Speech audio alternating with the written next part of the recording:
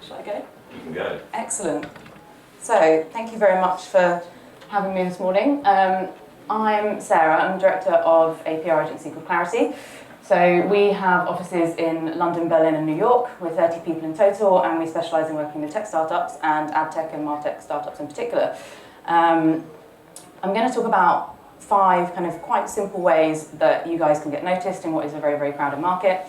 You'll notice that I've changed the title, 5 ways to optimise your image, because Adtech startups seem to love that word. So I just want to start off with a question. Who has done any PR marketing activity to date already? Quite a few of you. Has it been a positive experience? Do you feel like you've got a lot out of it? We fired our PR agency. Right, good. Excellent. And does anybody have any thoughts on how they are trying to optimise their image? So any thoughts on things that have worked really well, or something that's really helped you to kind of differentiate yourselves in the market? Anyone want to shout out anything? Yeah? So, key articles, solution. Thought leadership, yeah. Mm-hmm. And have those been about what have those been about? The industry or your product? Yeah, or? about the industry. Yeah. Topics, just Okay. That's all we do also. Thought leadership. Yeah. Mm-hmm. Okay. I've seen other people do it really well. Yeah. And I've been really jealous of some of the great stuff other people do. I mean, we write them. I don't think we're being super successful in the sense that I don't think many people are reading them. Yeah. But But no, that's it. We've We are written writing them, them. they weren't successful. But campaign, the drum, this. So you got thought leadership in those titles. Yeah. Pretty good. The drum, that's pretty good. Yeah, but getting it published in those titles doesn't actually mean anything because Right. it's tomorrow's waste paper baskets. So it's more getting a really good piece that makes people talk. I haven't. We've never done one of those, but I've seen other people do them. There's a company called Chartbeat who I'm still jealous of because Very they've done good. stuff that everyone knows. Okay. So I'm going to talk about the five ways that I think are good methods for optimising your image. The first thing probably to remember just before we go any further is that when it comes to PR and marketing, nobody gives a shit about your product. I mean, it's kind of one of those things that every single PR person should tell every single startup when they work with them right from the beginning, because unless you have something that's really, really, really amazing, groundbreaking, breaking the mold, something completely new and different, then it can be very, very challenging to create stories that journalists are interested in, that influencers are interested in, and that investors are interested in. So, just kind of that before we start. So that's point number 1. And the thing is that each and every one of you has a really interesting proposition, and each and every one of you has, what you think is a product that really sets you apart from the market. However, the market, except for your kind of core constituency, the people that you're selling to, really don't understand what that is and what that means. So, unfortunately, when it comes to this, no one really cares and nobody necessarily wants to talk to you about your product. So it's about finding ways to look at industry trends, kind of think a bit more broadly, position yourselves as a thought leader, as was mentioned earlier. And those are some of the things that I'm going to come to talk about. So I think if you look at the kind of wider market and the industry in general, there's commentary from Terence Kawaja, who many of you probably know. So he's one of the kind of prominent investors in the field. And even he admits that differentiation within that market is incredibly challenging. There's still kind of a long way to go for people to communicate in a way that really resonates with their audience. So because the industry is thick with kind of jargon and buzzwords, it can be very, very challenging to communicate, and it can be difficult to make people that aren't necessarily specialists, particularly journalists, who tend to be generalists in many cases, other than probably 1 or 2 from the UK perspective in particular. Many of you probably know Kieran O'Kane. He's probably one of the people who really does know and understand the industry to the point that you guys do. So this is why, as I'm sure you're all very familiar, incredibly crowded space. And if you think about somebody that isn't a specialist, they're looking at this and it's kind of mind-blowing to them. It's very, very difficult for them to understand how you fit into this wider picture. And the other day I was doing some research for this presentation, and I actually found one for the MarTech industry. And I just thought, wow, this is I mean, it's just incredible. I don't know how many businesses are on this landscape, but it is hugely, hugely crowded, very competitive, and it does make your jobs very much harder. So that's kind of the context, and obviously I've already mentioned point number 1 about how to differentiate yourselves. So remember that nobody cares about your product. That's an important starting point. The second one is to keep it simple, and I'm going to go on to talk about all of these things individually. Discuss interesting things, so things that are outside of your kind of day-to-day, things that look out into the broader industry.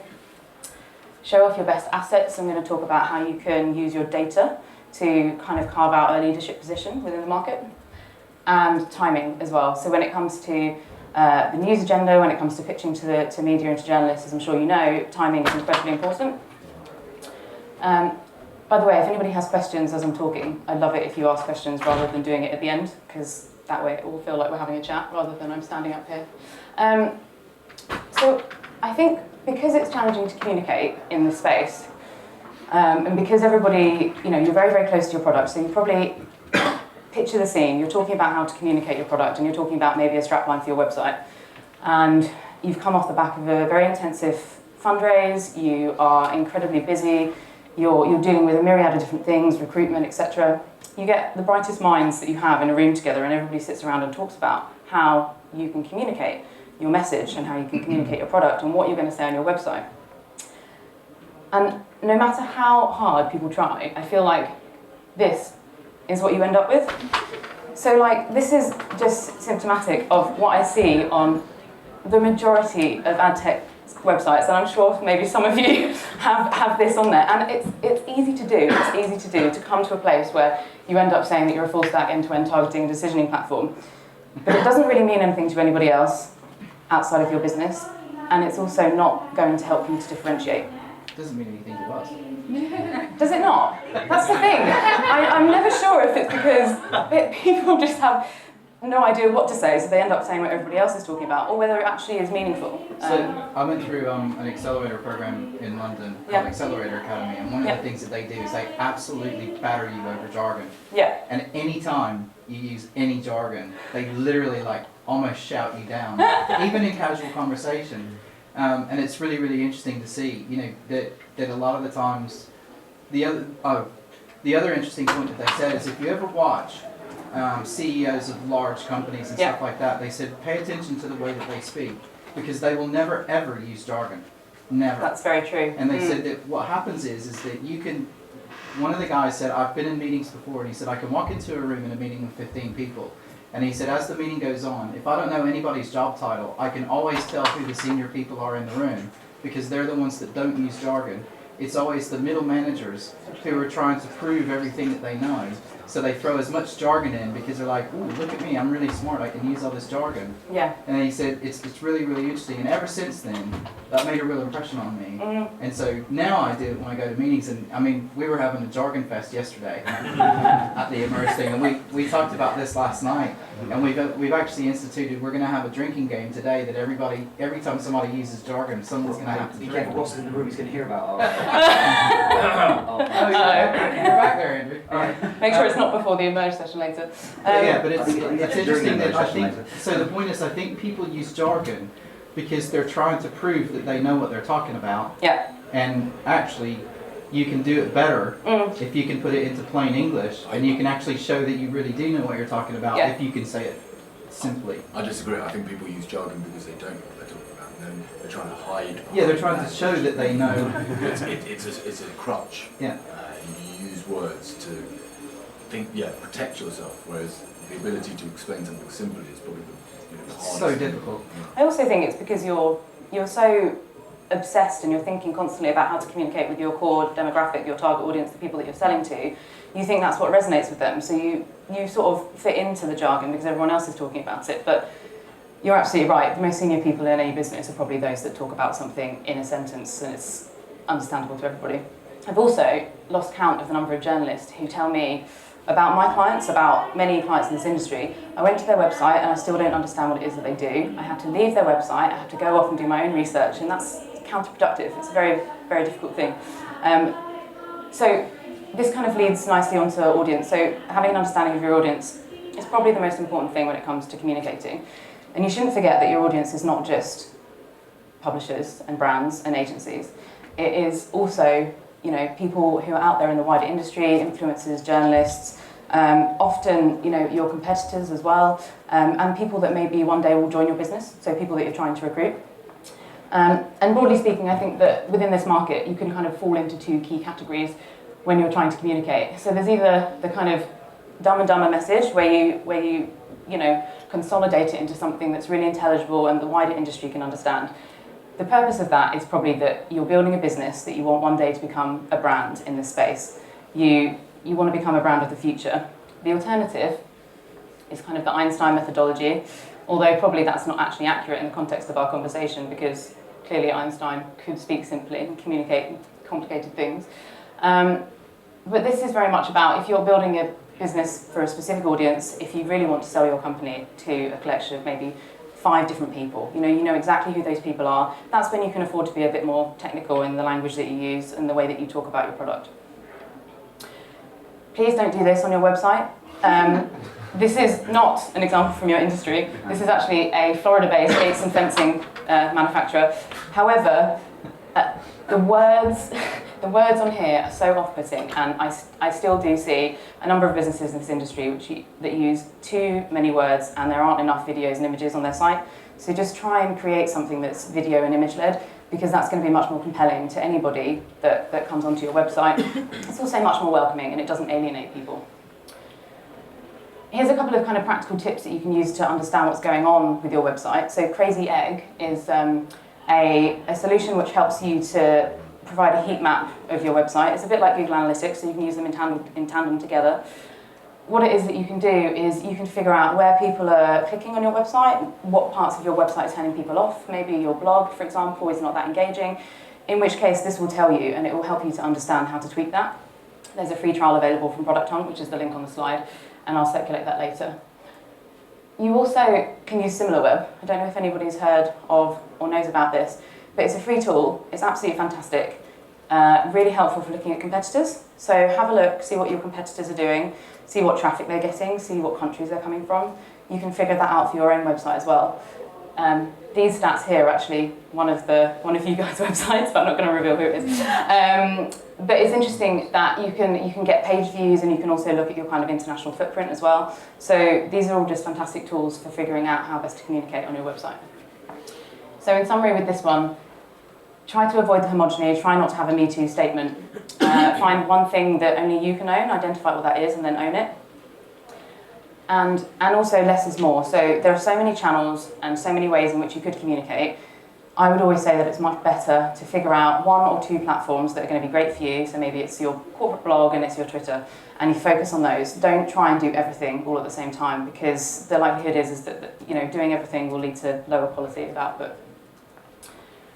Number 3 is to talk about interesting things. So the premise of this is that you wouldn't walk into a bar or a pub and go up to a table and interrupt a conversation that someone was having about X and start trying to sell your product to them. What you might do is you might go into a bar, see people are talking about something, find an opportunity to interject and engage with them about the conversation they're having, and then later on bring in your product. So that's just a kind of a bit of an analogy about how to approach the market. And I think that it's something that people do time and time again, particularly on corporate blogs. Your blog is not an opportunity to promote your product. It should be an outward-looking, industry-driven piece of engaging content that people will come back to you for, and they'll remember you for, and they'll share your content as well. So don't fall into the trap of self-promotion. It doesn't look good. It gives you a kind of negative perception, particularly with journalists. That's not what they want to see. Instead, create content that helps people to do their jobs better. Very, very simple, particularly with your target audience and the industry within which you work is changing so drastically. It's very dynamic. So if you can be a business that helps people to do their jobs, then that's fantastic. They'll remember you, they'll come back to you. Some examples of some good blogs at the bottom here. Again, I'll circulate that. But everything that you do should really be kind of industry driven.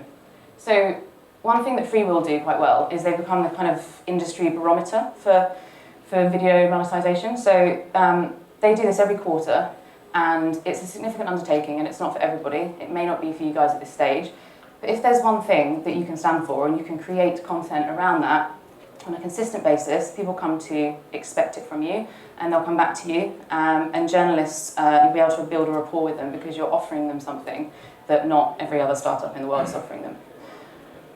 The other thing that you can do is you can answer questions for people. So this is an example of a very complicated idea. And I suppose what it really is myth busting. So I'm sure you've all seen the WTF column in Digiday. That's widely read. The reason that it's widely read is because it actually helps people. And if you can do that with your blog content or any of the content that you're putting out, then you'll be in a great position. And in terms of your approach to your content, this is the ice cream cone funnel. So again, everybody in this industry seems to like to talk about funnels. But the number one purpose of any content that you're putting out is to get people to your website. So whether that's content that you put out on LinkedIn, whether it's content you put out on your blog, or a report, a white paper or something like that, it should always be driven around the idea that you're essentially trying to get people back to your website. That's why it needs to be industry facing. So everything that you do at the top end of the funnel to garner awareness should be about broader topics and themes. Then you're kind of nurturing existing leads, so that's when you get more specific. Maybe that's when you bring in the question and answer format that we talked about, offering them something that's a little bit more specific to their needs and helping them to come back to you again for more content. And then at the bottom, where you're trying to ease the path to purchase, that's when they make a proactive choice and you need to go in there with your product demos and really showcase what it is that you can offer. Regardless of what channel you're putting out your content, the best approach is to LEI, which is to listen, to engage, and then to influence. So that's the theme that we talked about around not just going in and immediately talking about your product, but going in with an understanding of what the dynamics are in the industry, what the interesting topics are, commenting on those, and then eventually getting a chance to talk about you and your product. Has anybody done a data story before? Has anyone taken their data? You have? Yeah. Do you want to tell me about it? What did you do? Actually, we have done a report that we have sent it to journalists in Belgium. Okay. And, actually, we have done an infographic out of it, and they've been sharing the info in all the newspapers in Belgium, so that was quite working. Great. What was the theme? What was the? So it was about the digital marketing industry and how SMEs and companies should transform their communication in the digital field. And we have gathered a lot of data because we help brands to find digital agency. Okay. So it was it was in our subject. And, yeah. And you got good results out of it. Yeah. That's I think it's if you have the resources and if you do have the ability to cleanse your data to the extent where you can actually use it, it's a fantastic tool. I think now data is king, not necessarily content. It really is making its way into the mainstream. It's how you can get broader recognition of yourself, your technology, and your brand. It must be unique. It must be interesting. That's obvious. Use the data that's intrinsic to your platform, so you're kind of subliminally pushing forward your message, even though you're talking about a wider topic and a broader theme. This is a campaign that I did for Captify last year. Some people might know Captify. They're a British Adtech startup, and they do search retargeting. So it actually took me about 3 years to get them to do this. It was a long time coming, and they did have to hire a couple of data analysts in order to achieve this, because it is a big undertaking. But the story that we created was around the British general election, which took place last year, and we created a package of content, included an infographic. What they're able to do is they're able to figure out what people are searching for online, and then they can also establish the semantics of that. So they pulled together a data set that predicted that David Cameron would win the election. So the headline that I went out with was, "Can Google search predict the results of the general election?" Fortunately, we were right, which was great. So we got one hit of coverage 24 hours before the election. The key piece of coverage was Mail Online, so biggest website in the world, 200 million unique users a month. Off the back of that, it just really kind of grew and it spread. And we got something like, I think it's 25 articles. That's not syndications, that's 25 articles in place. It also really supported traffic to their website, and it boosted their SEO as well. And if you Google them now, you'll find that it's on the first page of Google, and that's been quite a powerful thing for them because it's enabled them to kind of step out of their search retargeting niche and think a bit more broadly. And also journalists remember you and they come back to you because they know that you've got this insight. So here are some things that are coming up which you might be able to tap into. So obviously there's Cannes, we've got the Euros taking place in France, Donald Trump, everybody knows what's going with him. This is Brexit. I mean, only people in the UK care about that, but you know. It's Twitter's 10th anniversary in July. So that's a good opportunity for you guys to create some kind of insert or a data piece. And obviously Mexico as well. So off the back of these kinds of events, people are always looking for what was discussed at Mexico. Maybe you've got a listening platform where you can pull lots of search information or social media information. You can create this kind of themes or trends report. So these are different ways that you might be able to tap into the news agenda in the coming months. Number 5, so the last one, is about timing. So when it comes to timing and when you're pitching news stories or creating content, you either have to be the fastest or the most deadly, and actually it's ideal if you can be both. But as you're all aware, the news agenda is a 24-hour news cycle, everything happens very quickly. If you're pitching a story that's 2 months out of date, there's no way that it's going to get any traction. So if you can be on top of the industry themes, the calendar dates that are coming up, then you'll be well placed. So it's very obvious, but set up Google Alerts for your industry, your competitors, any key exhibitions or trends or events that might be of interest, so that you just kind of keep your finger on the pulse of what's happening. News aggregators, so we use these. They can be fantastic because they curate news for you and they provide you with the most relevant up-to-the-moment information. The concept of newsjacking might be new to some of you, but essentially what it means is a news story breaks, so perhaps the IAB are putting out their latest report. As soon as that story breaks, you can position yourselves as a thought leader by providing commentary. So this is a paragraph of quite kind of short, pithy commentary, showcasing a real opinion that you can send out to journalists, and also you can be sharing on your blog and your social media channels as well. And creating content is an extension of that. So again, try to create content around a specific date or something that is really your own thing to own. So like we talked about with the video monetization report, figure out what that niche is and cling on to it. Timing is also important with social. So obviously you're all aware that you all use social media. There are some kind of really simple tools that you can use just to increase engagement. So these are just some really basic top tips. So with Twitter, post between 12 and 6, get the best click-through rate. So don't bother tweeting outside of those times, there's no point. And post at around 5 PM, get the most retweets. People are winding down from their work day, they're looking on Twitter. This is their behaviour, so make sure that you're mirroring that in your content. On Facebook, post at 1, get the most shares while people are eating their lunch, and post at 3, get the most clicks. And don't be afraid to, once you put out something on one of your channels, whether that's Twitter, your blog, whatever it may be, don't be afraid to reuse that content, because you've created something, you've created an asset, you've invested time and money in it, so keep using it. Just keep putting that content out every few weeks, particularly if it's not time sensitive. And I think you might be surprised about how much traction it gets just because you're consistently pushing forward the message. So definitely, feel free to share something up to 10 times.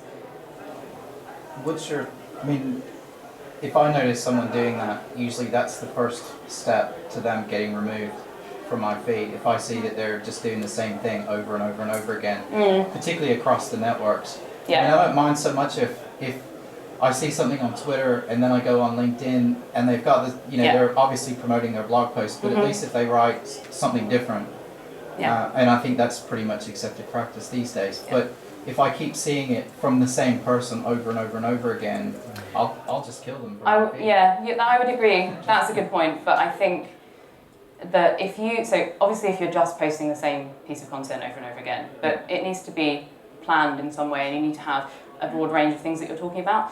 So if it was the same piece of content that appeared once in every 20 posts, you probably wouldn't mind. And you might think, I remember seeing that the other day, I might go and look at it. It's a kind of reminder to people. And yes, I agree, if that's all that you're doing, that's really poor practice. Just make sure that you're looking at lots of different areas, tweeting about other people's articles, other people's content, as well as your own. So, in conclusion, the 5 ways. Talk about anything other than yourself and your product, at least initially. Keep it simple and do fewer things better. I think it's really tempting when you're a startup to want to take every opportunity and embrace it and really maximise the ROI, but it's probably better to start small and then think big later. Make sure that your content helps people to do their jobs. So this is your target customer, end users, but also journalists as well. Use your data. And if you can do it all at the right time, then that's even better. But obviously, you will all find that you're incredibly busy and stretched. But these are just kind of 5 top tips that will really help you to maximise what you're doing, to help you to create a niche in the market and help you to stand out. Thanks very much.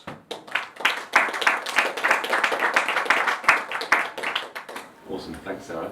Does anybody have any Any questions? other questions? Thanks. I'm glad. Does everybody feel now quite ill after they've been sitting in this room for 20 minutes?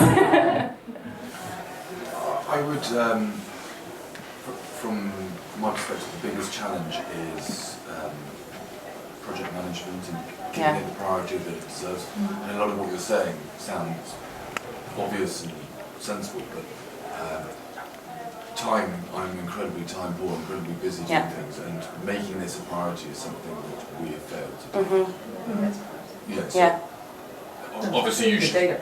We've been trying for like 4 years. So Yeah, it's incredibly tough. Because you need to assign somebody to it, Yeah. otherwise it never happens, right? You do, absolutely. So yeah, what is the answer? How do you?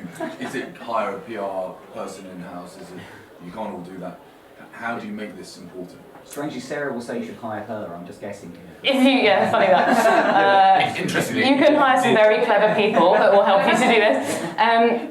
Even if you did hire Sarah, then Even you if need you to have a PR somebody Oh, I see. to manage it. Yeah, you do. You That's need the to. point. That is Just true. like you, it doesn't work. If you hire an agency, you need to have a little bit of bandwidth to devote to it. So whether that's you, whether that's somebody else internally that's keen to do it and that is interested in doing it, maybe it's your social media person, I don't know, but there should be a point person who can be that support for an agency. Otherwise, it's probably not worth the investment at this stage. It's probably a little bit too early. You'll sometimes find that people internally really want to do this stuff. So if you can just find that one person that's passionate about it and you can use them and their kind of skills and their passion to focus on a few of these different things and just start doing them and see what works. And then if something doesn't work, don't keep doing it. Try something else, invest in something new. The data piece is, I think, probably from slightly more grown-up companies, it's very difficult to Captify, as an example, have just raised a Series B and they're looking at hiring a data analyst specifically to do this all the time. So that's, I suppose, an idea of the scale of the effort that goes into these kinds of stories.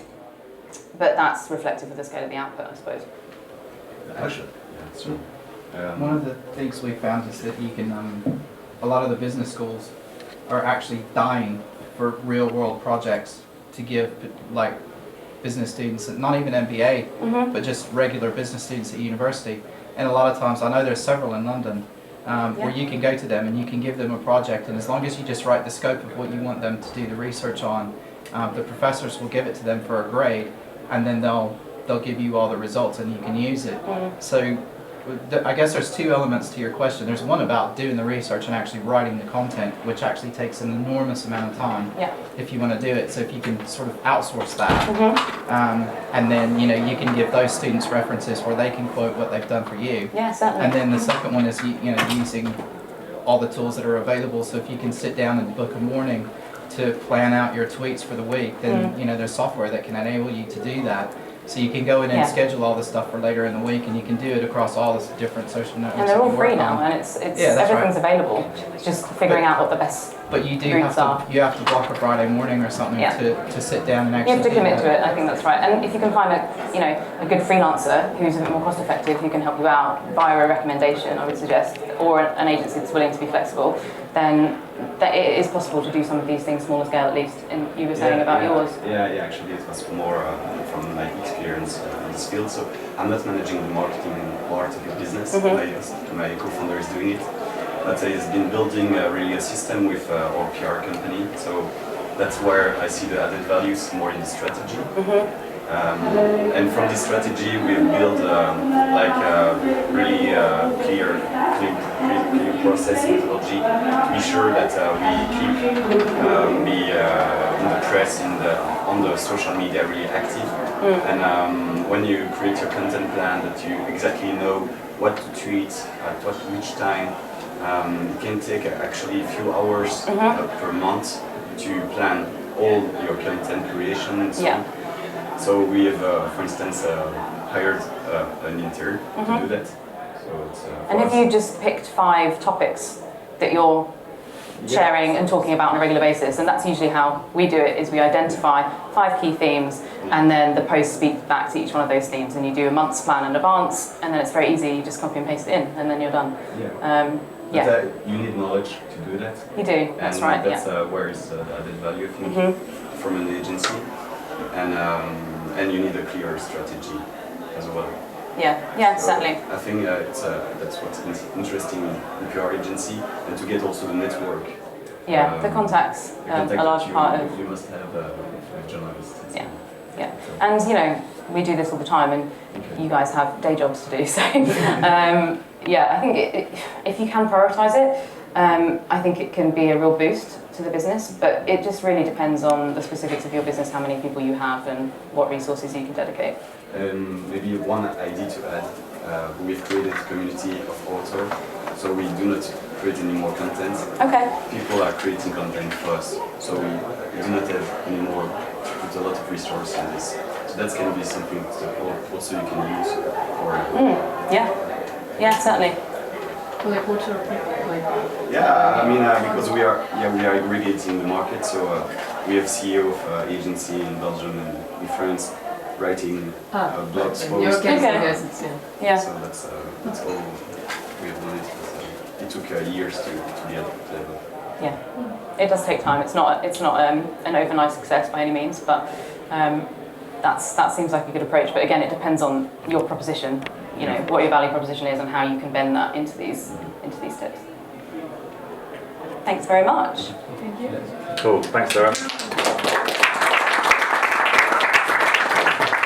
Well, we've got another session immediately after this one, so.